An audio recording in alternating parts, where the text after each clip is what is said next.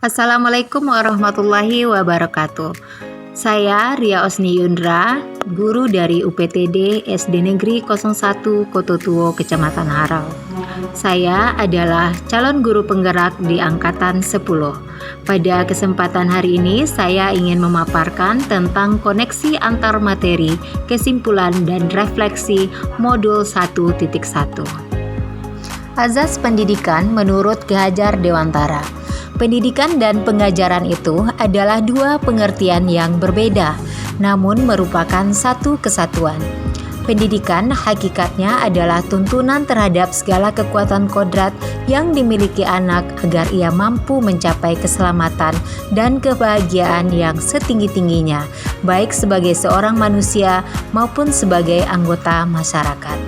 Pengajaran merupakan tahapan atau proses dalam menyajikan pendidikan yang bermanfaat kepada anak agar anak mempunyai kecakapan hidup baik lahir maupun batin. Dasar-dasar pemikiran Ki Hajar Dewantara. 1. Pendidikan bertujuan untuk menuntun atau memfasilitasi atau membantu anak untuk memperbaiki lakunya untuk menjadi manusia seutuhnya. Yang kedua, anak bukan kertas kosong yang bisa digambar sesuai keinginan orang dewasa. Anak terlahir dengan kodrat yang masih samar. Fungsi pendidik membimbing anak untuk menebalkan kekuatan kodrat yang masih samar. Yang ketiga, pendidikan anak berhubungan dengan kodrat alam dan kodrat zaman. Berkaitan dengan kodrat zaman, perlu dipertimbangkan kondisi budaya, kearifan lokal, dan sosial. Keempat, pendidik harus bersifat mengamongi. Among artinya mengasuh tanpa paksaan. Dengan sistem among, guru dapat menuntun anak sesuai dengan potensinya dan mendidik budi pekerti. 5. Pendidikan adalah tempat persemaian benih-benih kebudayaan dalam masyarakat. Pendidikan dapat menjadi ruang berlatih dan bertumbuhnya nilai-nilai kemanusiaan yang dapat diteruskan atau diwariskan. 6. Budi pekerti merupakan keselarasan atau keseimbangan hidup antara cipta, rasa, dan karsa serta karya. Budi pekerti melatih anak untuk memiliki kesadaran diri yang utuh untuk menjadi dirinya atau kemerdekaan diri dan kemerdekaan orang lain. 7. Pendidikan itu sejatinya adalah menghamba kepada anak. Pendidikan yang berpihak kepada anak atau student center. 8. Pendidik harus memperhatikan kodrat anak adalah bermain. Ada 3 pertanyaan pemantik untuk melakukan refleksi. Yang pertama, apa yang Anda percaya tentang murid dan pembelajaran di kelas sebelum Anda mempelajari modul 1.1? Yang kedua, apa yang berubah dari pemikiran atau perilaku Anda setelah mempelajari modul ini?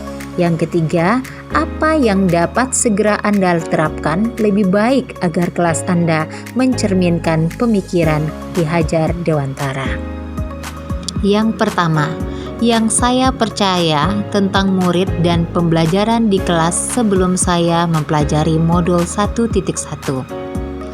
Saya beranggapan dapat mengubah perilaku anak didik saya seperti yang saya harapkan dan seperti yang saya pikirkan. Sehingga fokus saya adalah bagaimana setiap murid yang saya bimbing berubah perilakunya menjadi baik sesuai kepatutan. Untuk mewujudkannya, saya bersikap tegas kepada siswa yang berperilaku tidak baik atau melanggar. Berikutnya, saya beranggapan keberhasilan saya dalam mendidik siswa di kelas adalah di saat semua siswa bisa mencapai nilai di atas kriteria ketuntasan.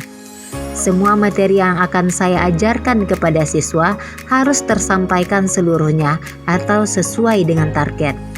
Akibatnya, saya menyampaikan pembelajaran dengan metode ceramah.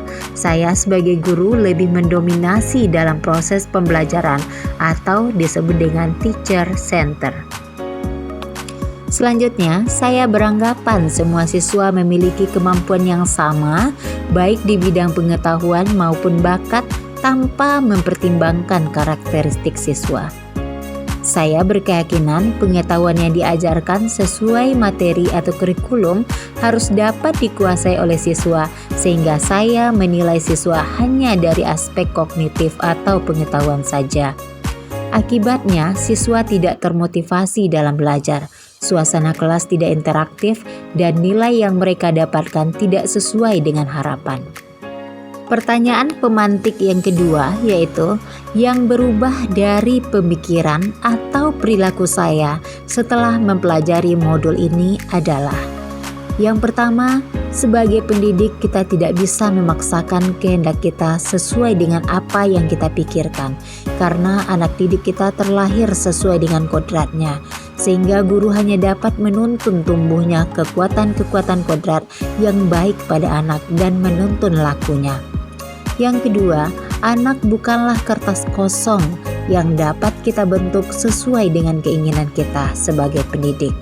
Karena anak didik kita terlahir sebagai insan yang merdeka, sesuai dengan kodratnya dan masing-masing memiliki karakteristik dan keunikan.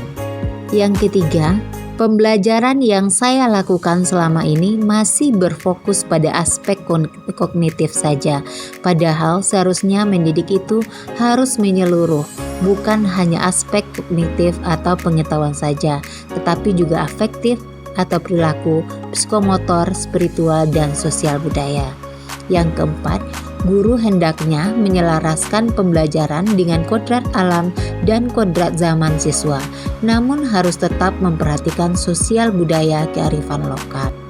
Yang kelima, murid bukanlah sebagai objek pembelajaran, tetapi sebagai subjek pembelajaran. Murid memiliki kebebasan untuk berekspresi, berkreasi sesuai dengan kompetensi dan bakat yang dimilikinya. Biarkan mereka tumbuh sesuai dengan kodratnya. Yang keenam, pembelajaran hendaknya berpihak kepada anak atau student center. Guru harus bertindak sebagai fasilitator dalam pembelajaran, karena guru bukanlah satu-satunya sumber pembelajaran. Pertanyaan yang ketiga, apa yang dapat segera Anda terapkan lebih baik agar kelas Anda mencerminkan pemikiran Ki Hajar Dewantara? Yang akan saya lakukan adalah saya akan merancang pembelajaran yang berdiferensiasi, variatif, dan inovatif yang memperhatikan karakteristik siswa. Yang kedua, saya akan mengubah pembelajaran yang semulanya berpusat pada guru atau teacher center menjadi pembelajaran yang berpusat pada siswa atau student center. Yang ketiga, saya akan mendidik siswa tidak hanya pada aspek kognitif saja, tapi juga aspek afektif, spiritual, psikomotor, dan sosial budayanya dengan menonjolkan pendidikan budi pekerti. Yang keempat, saya akan mengintegrasikan pendidikan budi pekerti tidak hanya pada mata pembelajaran PKN dan agama saja. Yang kelima, saya akan menyelaraskan pembelajaran dengan budaya lokal dan kodrat zaman serta menerapkan keterampilan abad 21.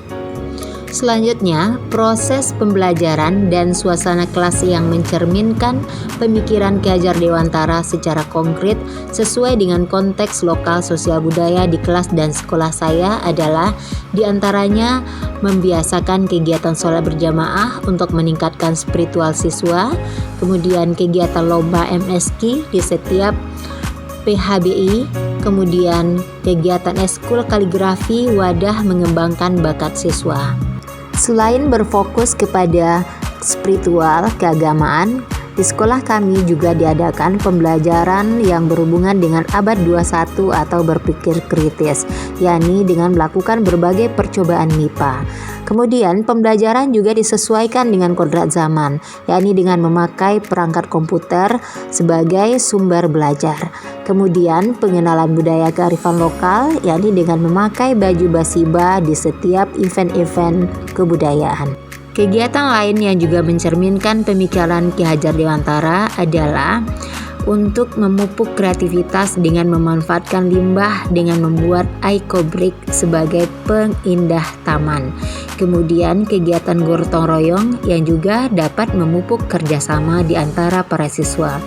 Berikutnya adalah meningkatkan rasa solidaritas dan sportivitas dalam berolahraga. Kesimpulan yang dapat diambil dari pemikiran Ki Hajar Dewantara dalam bidang pendidikan adalah: yang pertama, pendidikan yang baik itu adalah pendidikan yang menuntun anak, bukan menuntut. Yang kedua, pendidikan sejatinya adalah menghamba kepada anak atau berpihak pada siswa atau student center.